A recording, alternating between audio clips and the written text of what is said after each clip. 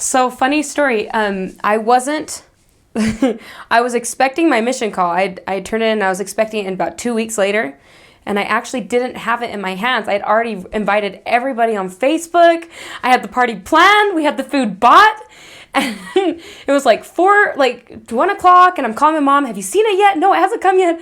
Okay, let's not cancel anything yet. Let's wait. And 2 o'clock, 3 o'clock, 4 o'clock, 5 o'clock, it still hadn't arrived. We were literally calling the post office to see if it was still coming, because we had to know if we had to cancel the party at 7 or not. It's so bad. Don't plan the party before you get the call. It's not a great idea. It's very stressful.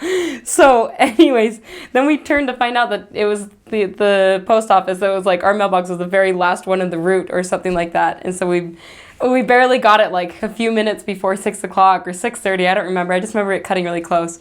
Anyways, I remember my mom calling me and telling me that she had it. So I just went driving up to Provo as fast as I could. And all my family was there waiting for me. And I opened up the call, and I don't know, I was kind of expecting to go to South America because my mom and because I've had the chance to grow up learning the language. But for some reason, I always thought it was going to be like Argentina or Chile or Brazil, because that's where all my friends have gone to. And so I was just kind of expecting that.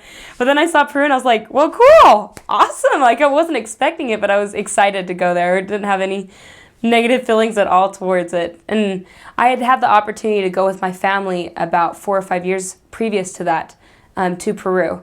And so it was kind of neat to think about the fact that I'd get to go back and be there again, and not only be there, but live there and be a part of the culture. So anyways, so I heard a lot about the Provo MTC, that it was really big with tons of food.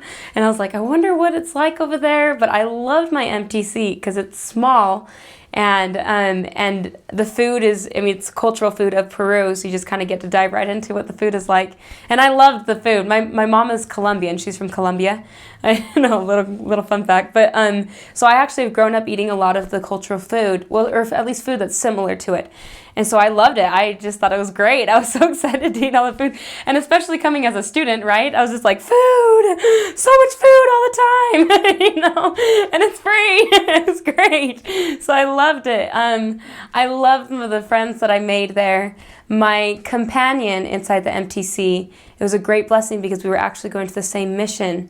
And actually later down in my mission, she was like my second to last companion, and we got to serve together. And it was a really neat opportunity to see us from the beginning to the end. Other things about the MTC, I like how small it is. It was fun because, I mean, I felt like the classes were small, and I was really close to a lot of the people there. And it was small enough that I could run laps around it, which is, you know, that means it was pretty small because I don't like running a lot of laps. So, but it was great. I really enjoyed it. I really liked the Peru MTC a lot. So I was only there for a couple months, thanks to my good mom for helping me learn Spanish while growing up. Or excuse me, not a couple months, a couple weeks. Did I say that? Just a couple weeks. I was there for a couple weeks. And so that was really fun just to get to be there. And we had the one day where you get to go out and proselyte. And that was a really neat experience for me, to see what it was really like. I remember specifically there was a girl who was struggling really hard, and I just remember thinking, oh my gosh, this is what I'm going to be doing?